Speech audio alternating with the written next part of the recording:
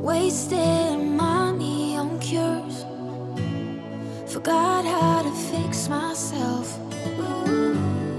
They say that time is free. Then why is it so precious? Oh, I'll save memories in my head, like Polaroids on walls. They remind you to look ahead. Time is running out.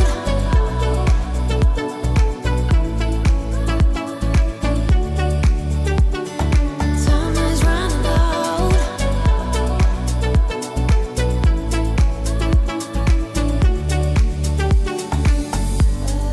Lately I've lost my track. I've sailed the deepest seas, hoping to find something to bring back better times. Oh, I'll save memories in my head, like Polaroids on walls. They remind you to look ahead. But time is running out. Time is running out.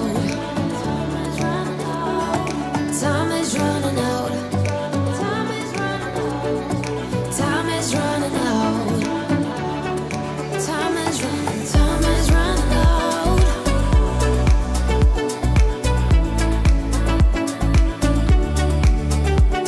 But time is running out.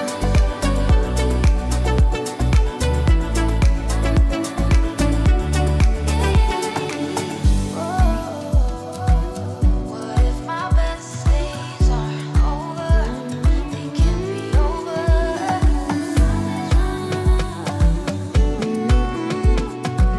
They can't be over now. Time is running out. What if my best days are over? They can't be over now. Time is running out.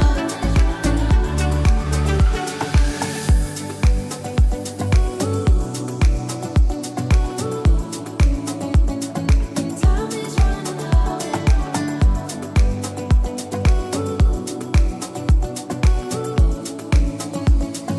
Time is running out.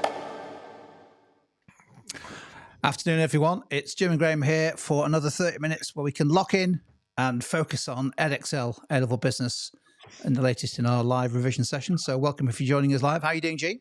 I'm very good today, Jim. Are you all right? Yeah, good. And, 30 minutes on a theme 2 part today of the Edexcel spec resource management with a bit of external influences as well. Yeah. Put in for good measure, a bit like, I don't know, spreading some chocolate flakes on top of a cappuccino. A bit of seasoning there. No, there's not enough content really to dedicate a full live stream to external influences. So we've shoehorned it in today. Shoehorn is the word.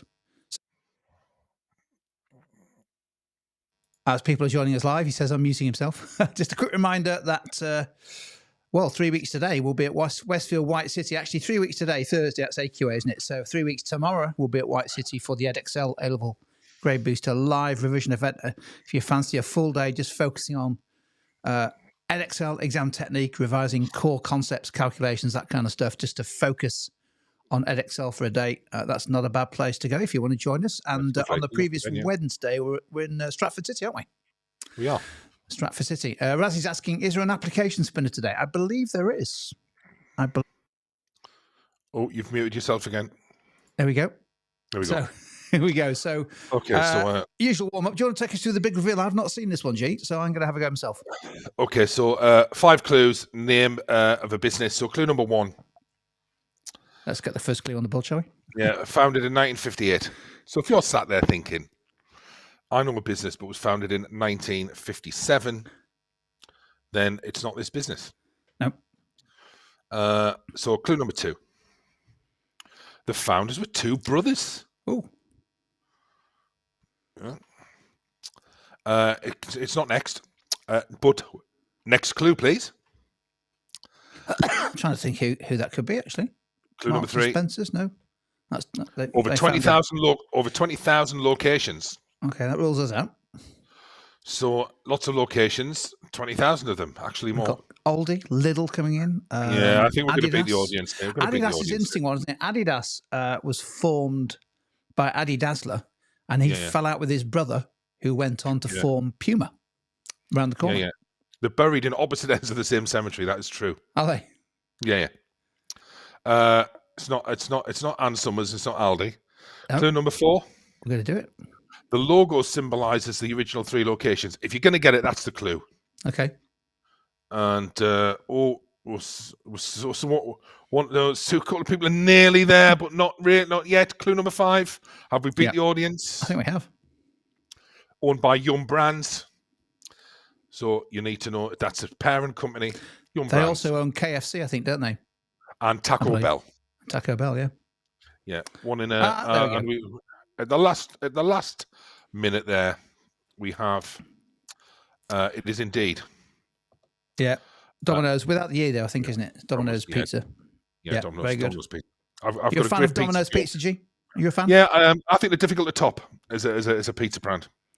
Yeah, very competitive market, isn't it? Pizzas, lots of businesses vying for a slice of the action. But Domino's, they're quite expensive at the moment, aren't they? Domino's quite expensive. Great example of porter and substitutes. A lot of substitute products there. Yeah. What about you, Jim? Do you like Domino's? Yeah, okay. Yeah, not bad. Yeah, I prefer. We've got a nice little Italian around the corner, which we order from. So, proper stuff rather than Domino's. Right, but there we go. Excellent. Okay, moving on. So enough of our pizza habits there. We got lost there for a second, Jim, didn't we? We forgot we were on a live stream. So clue number 1. A manufacturing business replaces some of its employees with machinery, resulting in an 8% increase in capacity and a 2% decrease in unit costs. This is an example of, is it A, B, C, or D? What is the answer to that? I'm just, I did change it slightly. I'm hoping I have selected the right answer when I change it. Oh, we'll soon find out. Yeah. We will soon find out. Is it A, B, C, or D? The majority are going for A. I hope I selected A. We'll soon find out. I think the answer is A, isn't it? It's more capital intensive. It is definitely A. Looking at unit it now, costs are falling as capacity as output's increasing. So it is 100% A. Yes, I did change it. There we go. So we've become more capital intensive. Yeah. And economies of scale because we have a sort of decrease in unit costs. Yeah. And there are a number of different ways that economies of scale can occur. For example, personal economies of scale, technological, marketing, managerial. Great stuff. Everyone got A, and brilliant stuff. Now, capacity utilization. Do you want to do this one? Yeah, well, I was just saying this is one of the areas that we cover in the Grey Boost today. It's such an important area, isn't it? Understanding the difference between capacity and utilization. So, Definitely. and you've got to know the formula. So one of those 4, A, B, C, or D, is the formula for capacity utilization. What's it going to be? It's obviously some kind of combination of actual output and maximum output, but what's the formula? Really important formula to know. And if you know the formula, you can work out the calculations, but also it helps you use capacity utilization in helping develop change of analysis. I would say just about everyone. Razi's gone for E. Must be a slip of the keyboard. Jeff, Sayani, Will, Sam, Max, and lots of others. Manderson and Warwick also going for the correct answer, which is D. Yeah. So utilization is a percentage. Utilization is the proportion or percentage of your potential output. So that's maximum output. And you express that in terms of how much of that has been taken up by actual outputs or actually output or items sold. So, and don't forget to express it as a percentage. It is a percentage. Quite important. Yeah. Just based on that, on paper 2 last year, there was a question on the implications of capacity utilization, and it was highlighted that not a lot of students knew that. And paper 3 is coming up, and on the music industry, and if you're not familiar with the Co-op Live story, one of the largest indoor arena in Europe, I think. Capacity utilization is a great concept to link to that, and we will do some paper 3 live streams in the future. That Co-op Live story was all over the news, wasn't it? Just when the exam paper was being written, or just before? Yeah. Great. But we'll be doing some paper 3 specials. So lots of that. Definitely. So, which of these following methods of production gives employees the most variety in tasks, increasing motivation. So is it batch production, cell production, job production, floor production? So some of those have never been examined. A bit of application there to co-op life, but yeah, which of these following methods? Interestingly, there was a question on lean production last year, and a lot of students thought lean production was a method of production just because it's got the word production is. It isn't. Yep. No. So yeah, I think more so going for C. Job production. Should we reveal the answer? It is. Yes, job production is. Now, you might get a question about assess the value of job production or any of those methods of production, really. Cell production is where manufacturing takes place in individual cells, with each cell responsible for a particular part of the manufacturing process. Now, my brother used to work for Nissan. He works for Envision, a battery plant now. So Nissan use floor production on the cars and also use cell production on some of the other areas. So they use both. So cell production I always is associate cell production as sort of little specialist teams working together. Exactly. In a small cell. Yeah. Each doing different jobs, but working together. Brilliant. So your role at GCD Graham, I would say it's job production, really, isn't it? Oh, definitely. All the way. Therefore, highly motivated. Really hard to. Yeah. I'm always happy. Here we go. So 2 statements here for us to have a look at. Good way of testing knowledge and understanding of a couple of different topics. Statement 1, a UK business buys all its raw materials from Europe. Presumably pays suppliers, therefore, in euros. A depreciation of the pound against the euro will result in lower raw material costs. Is that true or false? And statement 2, an increase in interest rates will always result in a higher loan repayments for a business with loan finance. I think the key word there is always, isn't it, in that statement there? Could be. So what do you think to those 2? So a depreciation of the pound, so that's a weaker pound. Whippy deck. So you know what? Lots are going for C, aren't they? Yeah. I think a lot of people are going for C, either because they don't fully understand the exchange rate, but I think it could be more to do with that loan finance question. Could be. Let's have a look, shall we? Yeah. Let's go through it. They are both false. So depreciation of the pound, a weaker pound means imports are dearer, more expensive, and we're told that it buys all its raw materials from Europe. Europe. So therefore, it needs more pounds to spend. To pay for euros to pay suppliers. Therefore, the costs of its raw materials will go up, not down. Perfect. Yeah. So that's false. Statement 2 is also false. And the reason for this is in fact, I think most business loan finance is at a fixed interest rate. Certainly a large proportion of it is, rather than a variable rate. And therefore, change in interest rates won't necessarily impact the loan repayments for some loan finance. Therefore, the key question was, the word was always, isn't it? Yeah, I think that's really important because at the workshops, we do some calculations around gearing and increases in gearing. And a lot of students say an increase in gearing means a business is always susceptible to increases in interest rates. So that's not strictly true. They may be susceptible if it's on a variable rate. So that's a better use of language. So just be careful of that. It won't always result. It depends on the type of finance. Exactly. Great stuff. So good stuff. We've got one more. Do you want to do this, MG? Yeah, okay. On a stock control diagram, lead time is a duration of time between placing an order and receiving the stock.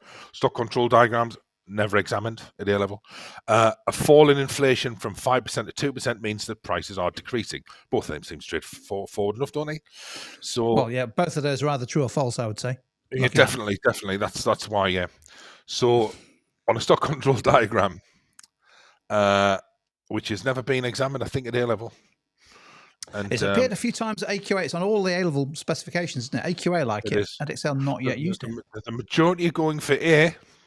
And I get a feeling. I think that statement 2. Do you think it could be? It's statement 2. If I was a betting man. Let's have a look. Yeah, the majority going for A. So statement 2 is false. It just means that the rate of inflation, it's not as high. Prices are increasing, but at a lower rate. It's not deflation. So the inflation was 5%. It's still increasing. It's still increasing, but not by as much. So there's still inflation. Prices aren't falling. Yeah, and it's it's an easy mistake to make if you've got a table of inflation rates to make that mistake. So prices are rising, but not as much. A number of economists in the room, which we know about, Warwick and Charlie and others also doing A-level economics. Disinflation. It means that there's still inflation, but it's slowing. Prices aren't rising as much as they were. So I'm glad we did those because that's highlighted a couple of misconceptions, doesn't it? Should we do a calculation now? Yeah, okay. So capacity utilization. So last year, a manufacturer produced 400,000 units and a capacity utilization of 80%. This year, the business estimates that it will manufacture 5% more units than last year. Maximum capacity will remain the same. So based on that, can you calculate, please, the capacity utilization? Has a question appeared? No, I'm just nodding at the case study. All right. Did I put a question in? Yes. Oh, yeah. So you want the question? Yeah. Yes, please. Yeah. It's really handy for the students to know what they have to do. It's often a prerequisite of the live streams. So based on that information, can we calculate the estimated capacity? I've gone. Can you calculate the estimated capacity utilization of the business this year based on that information? Jim, start the music, please. Shall I start now, shall I? Can you start now? Yeah. There's some very quick numerical concepts, numerical skills on show there now. Having said that, we did give people an extra few seconds with my incompetence with the clicker. I've seen 425,000 in the chat window. I mean, that might be part of it. It's not the full answer. That's why it's important to show you're working out.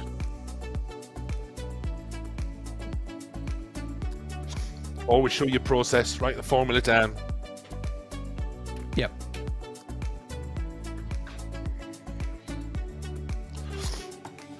Yeah.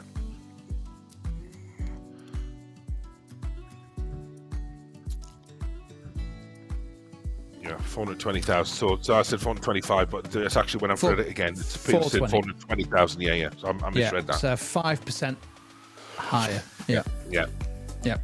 Some good workings out here. Will and others have given us the full working out. I'll stick a couple on the screen. So we need to find out what 100% is. So 400,000 divided by 80 times 100 would give us our capacity, which is 500,000. We increase 400,000 by 5%. Yeah, can't argue with that. Good demonstration of actually Harry has gone the full hog here. There we go. Full workings. Indeed. New production. The capacity is 500,000. New production is 420. Therefore, let's just demonstrate my clicker skills. The utilization is 84%. Now you'd lose a mark, wouldn't you, if you didn't put percent? Potentially, yeah, you could do. Yeah, potentially, it is expressed as a percentage. So just make sure you get all your units and everything correct. I know we say this every time, G, but can you just remind people about the importance of showing the process, your workings on the exam paper? So every 4-mark calculation question, is 1 mark knowledge and 3 marks application. So, the formula can get you the knowledge mark. If you don't know the formula, definition could get you the knowledge mark. And there'll be marks awarded for every stage in the process. That way, for example, you just typed in in error that final stage. You put in 421,000 by mistake. You're going to come up with the wrong answer, but because you've shown evidence of your workings previously, you can get some marks. Yeah. So there we go. Well done for those who got that. Now, definition spinner to start with. Okay, so you've got to know your stuff, haven't you? I know we keep going on about this, but we've in our tutorial sessions with students and Grade Booster, coming across a lot of students who just need to spend a little bit more time refreshing their knowledge and understanding. Yeah. Okay, so should we spin the wheel and see what lands on? I get excited about this because we've got no idea what lands on. The business cycle, so not really examined. It's a really important concept. It's part of external influences. What do you understand by the business cycle? It's not cycling to work in a business. That's not what it is. What do you understand by gaming starts in what's a quality circle? I can't predict the future, but I would just wait a couple of minutes. And never been examined quality circles. Business cycle. So is that? I'm struggling to. Yes, Arnie's coming with a fantastic answer here, which is spot on, really, isn't it? It's that GDP. Yeah, the fluctuations of activity. Sometimes it's great news, boom. GDP growing fast. Other times, as potentially we're about to enter a period of slower GDP growth or even decline. Yeah, that's not necessarily a bad thing for all business. Some businesses do very well out of economic decline. some businesses do better in terms of economic growth. So it's all about, it all depends on the business, doesn't it? Recession's not He's always making the bad point. news. It's every business experiences the same economic climate, don't they? But for some, a recession is good news. Maybe low cost operators, discount operators. For others, it's bad news because of falling demand. So it's about how businesses respond to that change in their economic environment. Nothing's Warwick's talking about inferior goods. So maybe inferior goods do well in it. Maybe people switch from, say, Heinz tomato sauce to Brumwell's tomato sauce. It's your favourite example, isn't it? Brumwell's tomato sauce. What is that? Who sells that? I think Brumwell's is Aldi. Is it?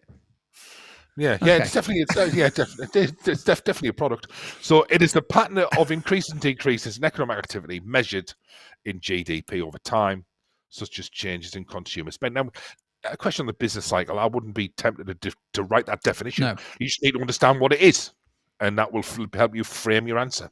Yeah. Got another one, haven't we? Yeah. So business cycles disappeared, which is good news. Yeah. Okay. So basically, we've got business cycles disappeared. That's been replaced by Kaizen, and that's continuous improvement for us as well as everyone else. What will it land on? Quality circles. Would you believe it? Now, quality circles is yet to be examined. It's on the specification. So, there were some students there saying, "What's quality circles?" So, can we, or those who know maybe, or have a go at telling us what a quality circle is?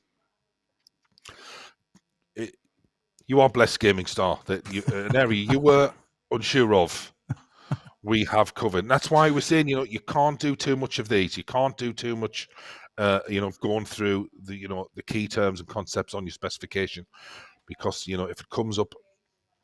So Matteo there, that's a good definition actually. A group of volunteers who meet. They do tend to be volunteers, don't they? You don't get forced into a quality circle. Yeah. And it doesn't always have to be in a circle. People could sit in a square. Are groups of workers who meet regularly to identify, analyze, and solve problems related to quality. There was an absolute belter of was it Sienna again? Sienna? Yeah.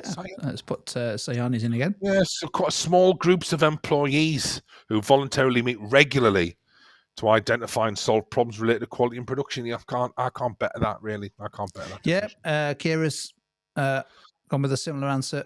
Spot on. Some really good understanding here. The quality circles associated with quality assurance. Yeah. So if you think about the difference between quality assurance and quality control, quality circles is about a cultural thing, isn't it? People working together to solve issues of quality and therefore assure better quality. A quality circle wouldn't inspect. They meet to solve problems, not to spot things that have gone wrong. Yeah. So quality circle is very much associated with assurance. Yeah, and I think, remember, you've always got to frame your knowledge and understanding and what type of questions come up. So you might assess the value of quality circles. So, maybe it may increase motivation of staff who are involved. It can certainly lead to improved quality. To be good counter-argument, that if people are taken away from the factory floor, as it were, maybe that could reduce labour productivity. Maybe those who aren't asked maybe feel demotivated. And a quality circle is only as good as the management who are prepared to listen to any improvements. So remember, all of these questions, think about actually how could that appear in an exam, and that's the way to frame your revision, really. It is like a focus group. Actually, that's a brilliant. It's like a focus group for quality.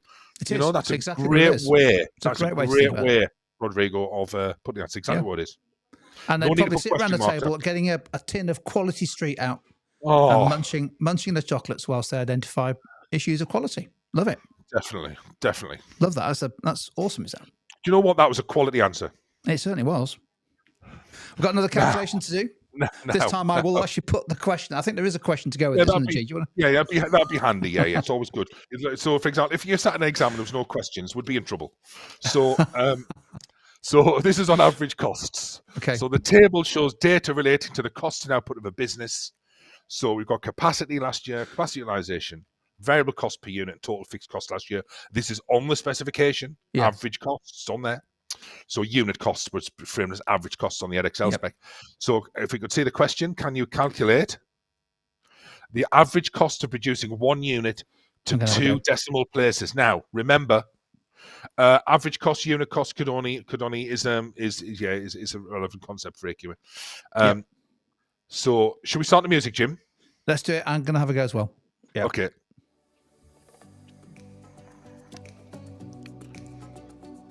Can I ask you for some help, G? If I struggle.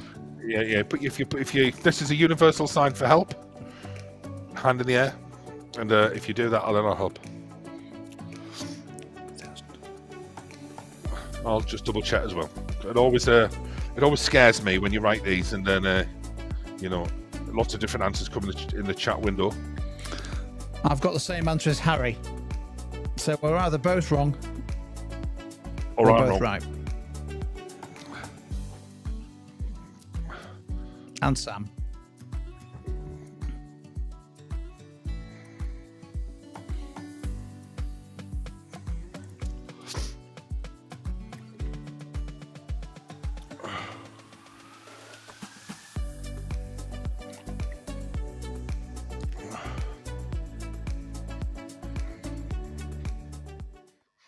Right, should we reveal the answer? Yeah, I reckon it's £12.08, but We'll find I might out. be wrong. Oh, It is £12.08. Yeah, okay. So the number of units produced was 60% of 80,000, which Yeah. was 48,000 units. So the £10 variable cost, so we multiply 48,000 by £10. Remember, the fixed costs don't change in relation to output, so you just add those straight on. 580,000. So that is the total cost of producing that number of units. You divide by 48,000, you get 12.08. Yeah. If you would round it up or round it down or didn't write to 2 decimal places, you will not get the full marks. Now, the amount of students who did that last year, it was really high. So make sure you answer the question. yeah. So if you got 1125, I'd be interested to know the formula you used for that. So average cost is just the total cost of producing the number of units divided by how many units was produced. So if I think all, so this will be all that Excel questions are full markers, aren't they? for the calculations, all 4 Yeah. marks. Yeah. All. And that would Yeah. make sense because there's 1, 2, 3 steps to that calculation, and there'd be a and- knowledge and- mark, weren't there, as well? Overall, yeah. So Yep. that's a classic question. Yep. Okay. I'm glad we did that one. That was quite a tricky one, that one. Yeah. So variable answers there. Now, Razzie asked for this, and Razzie's been waiting, arrived at the live stream at about 8:30 this morning, waiting for the application spinner. So who are we to disappoint? Can I just, before we do that, yeah. William P there, and I'm really pleased you did that. So you used the 80,000 units. Now, you know what? If you'd shown all your working out, Yep. you'd get some marks, but if you just wrote the wrong answer down, your chance of you're going to get nothing. So just because you've only made one mistake in the steps, really. So you could get 3 out of 4. Yeah. Maybe that's what you meant when someone said, would that be 3 out of 4? Oh, I see. Rather than 3 or 4. Okay, Maybe got it. that, yeah. Yeah. Okay. Yeah, but so you maybe get nothing if you get the answer wrong and don't show your workings. Yeah. Make sure you do it. So let's have a look at the application spinner. So we've got lots of different businesses here. Very topical concept in interest rates. So how would one of the following be impacted by an increase in interest rates? So let's have a look. So we're looking for application as well as a relevant piece of analysis, aren't we? So we're looking for words, concepts, phrases that make it about Nissan rather than Nissan. Bovis Homes or Waitrose or Jet2. Yeah. So in terms of Nissan, just think about what products to sell. Yeah. And how most of those are purchased. Not all of them, but some. And then think, actually, how would that impact any car manufacturer? Really, it doesn't have to be Nissan, but it's rooted in car manufacturing. Is the context? So, how might an increase in interest rates affect Nissan? Now, like the beauty of business is that an increase in interest rates, one person's ceiling is another person's floor, so it might affect businesses differently. Yeah, that's interesting about imports and the link between interest rates and exchange rates. That's a really good one. So Matteo there. I'll stick Matteo's on as well. So I like Game I didn't Stars say as that well. one. Yeah. So Nissan, you could argue a car is whether or not it's a luxury good or not. It doesn't really matter. It's about a lot of consumers do take out loans to buy a car. So if the cost of borrowing increases, subsequently the cost of the car may increase. That may lead to fewer car sales, or people maybe switching to buying second-hand cars, or things like that. So obviously, I think we've got some economists in talking about the link between interest rates and exchange rates was really valid. Which is really, really if they do purchase raw materials. So rather than saying like raw materials, use a bit of such as seasoning, such as what, so what raw materials. So rooted, you could say things like steering wheels or handbrakes, whatever. Really, just name a part of a car that maybe roots it in that industry, really. Steel or whatever, rubber. Yeah, just looking for the tyre. through. So Amelia's got the idea, making it about Nissan. Could increase the selling prices that Nissan sells cars for. Yeah. To drivers. Obviously, Yeah, every car and needs a then- driver, which may reduce the volume or quantity of cars demanded by drivers. And do you know what that implicates? Remember, we're talking about resource management here, so you could even link that to capacity utilization. So if there's a fall in the car, if there's the capacity is fixed. So if there's a fall in the number of cars demanded, then capacity utilization may fall, which would increase the unit costs for Nissan. Meaning that they may have to put the price of their cars up or just accept lower profit margins. So you can just see how using synoptic links can lead to good analysis. Great answers, everyone there. So if he's gone with the effect on consumer incomes, which may mean that consumers are less able to purchase Nissan's electric cars, like the Leaf, Oh, you've got electric cars. reducing sales. I have You've got actually. electric car. Yeah, I remember pushing two. it to the charging station. Oh yeah. So that's a good point actually about savings instead of consuming, because it's whether you deem a car a necessity or not, really, isn't it? It's about the implications of that, but ultimately it may lead to a fall in demand for cars. Great answers. Should we have a look at? So yeah, many cars are bought on finance. It may lead to an increase in the price of car, may not, such as a cash car. This may lead to a fall in demand for Nissan cars and could lead to a fall in their capacity utilization. Should we do one more of these? Why not? Because it would be interesting to see how a different business may be affected differently. That's application. So Nissan's gone, it's been replaced by Apple. That is the business, not the fruit. So it's it's landed on Aldi, which is a discount supermarket. So do you know what we do? So we do some of these activities in our workshops and stuff and things like that. And they all go down really well. And some students find it difficult to say how Aldi might be affected differently to Nissan. So what do we think? Aldi discount supermarket, how might they benefit or maybe not benefit from an increase in interest rates? I was reading, that Aldi have recently overtook Asda in food and drink sales. It's only the clothing and the other ephemera like books and and TVs that's keeping them ahead. So Aldi is just such a great. You can believe business. that, can't you? Because Aldi stores are a lot smaller than the average Asda store. Did you say the Asda there? Did you Asda. fall in that? All right. The Asda, that's what they call it around here. So let's stick Gaming Star on, because Gaming Star was wanting, along with Razzie and Application Spinner, some other great ones coming in. So I'm going to put Grace on as well shortly. Yeah. So Gaming Star. So it's interesting, isn't it? If you've got, say, for example, a variable rate mortgage, then maybe your repayments increase.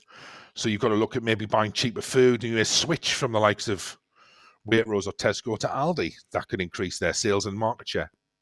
Because you're taking it. I think it's a market share one. I think it's more relevant here because you're going to take sales away, aren't you, from the likes of Waitrose? Yeah. A number of people making a point about higher interest rates may lead to a stronger pound, which would make imports cheaper. Therefore, Aldi will be able to import things like guacamoles, bananas, and oranges cheaper, which would be great.